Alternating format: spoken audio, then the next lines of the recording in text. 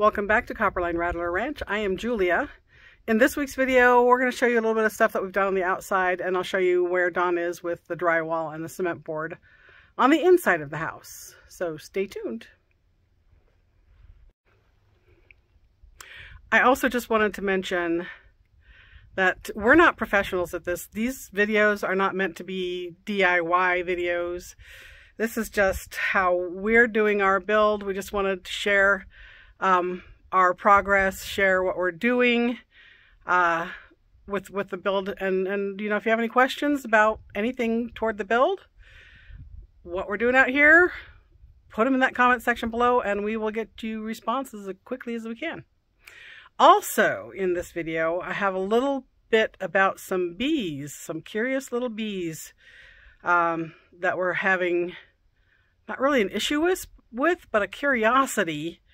If anybody knows anything about bees, watch for that little segment in here and see if you can answer my questions. That would be great. So on the north wall and the south wall of the bedroom and the living room, we have this kind of a gap for the I-joist. It measures about 1 inch wide and about 11 inches this way. So we're going to fill that gap with some foam insulation that's 1 inch thick. It's not for insulation value. It's simply to fill that space so that when I get up there with the lime plaster, I have some space filling and not having to put tons and tons and tons of lime plaster. So the mesh goes over that, then the lime plaster will go over that. So it'll be the board, the foam board, the mesh, the wire mesh, and then the plaster. So we're going to cut some of those pieces now so we can get them put up in place.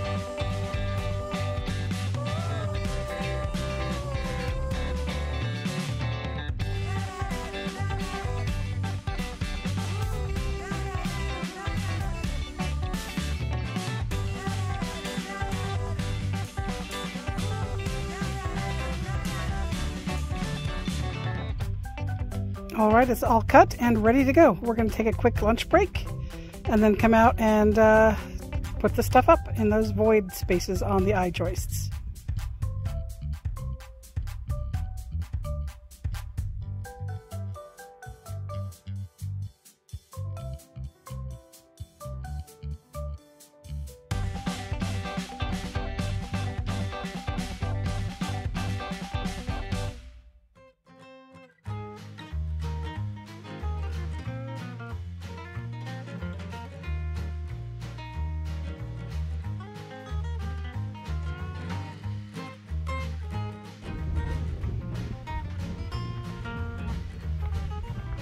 Okay, you can see Dawn's placed one piece up there already.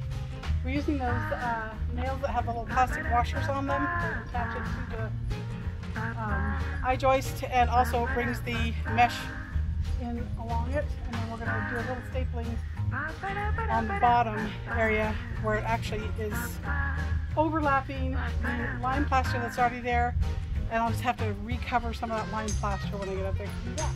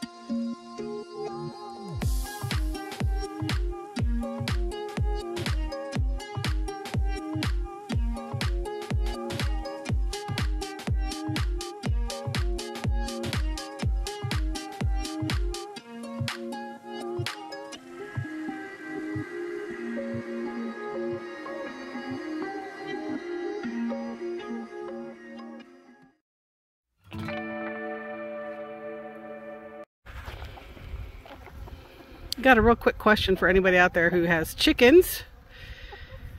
These bees have been around their food for the last week or so. They come out in the late afternoon, or sorry, late morning, early afternoon. Leave when it gets dark, and this is what they're doing. They get in there, they roll around in the food, and then they fly out. They're not taking anything with them. They're not aggressive. I'm standing right over them. But they're just being weird. The chickens are a little disturbed by them, so I put their food now in another container, but I just kind of wanted to see. See this guy right here? He's just rolling around in it. Do they think that that's pollen?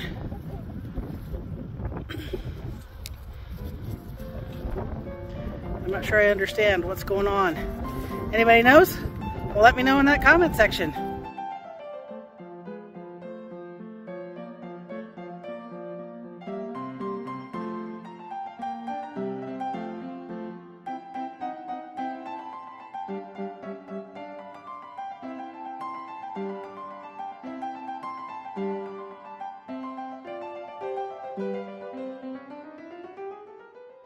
All right, the cement board is done in the shower, and we're working on drywall. In the bathroom, that little bit left. The door frame, of course. Cool. I'm nearly done with the plaster, the first layer of plaster. This is the last bit I have to finish. I kind of put it on hold. I did quite a bit yesterday. And then I wanted to wait until they finish this trench and Dawn gets the electrical wiring put in here in order to finish up, just so I can just keep going. Just, you know, 2 days maybe I'll have the rest of this done. This is the lowest side, is the west side of the house, so it's only about 8 feet tall. And the east side's about 9, so that's why that side took longer. But we'll be done with the first layer pretty soon. So with last week's video, we were asked why we're insulating the interior walls. The biggest thing that we're doing for that is we want some sound barriers. And even though there are better products for sound barriers within internal walls, they were not available. We've checked the hardware stores, the big box stores all around us within about a 55 mile radius, and none of that was available until the middle of February, if not late February. And we just want to get this house going. It's taken us longer than we thought.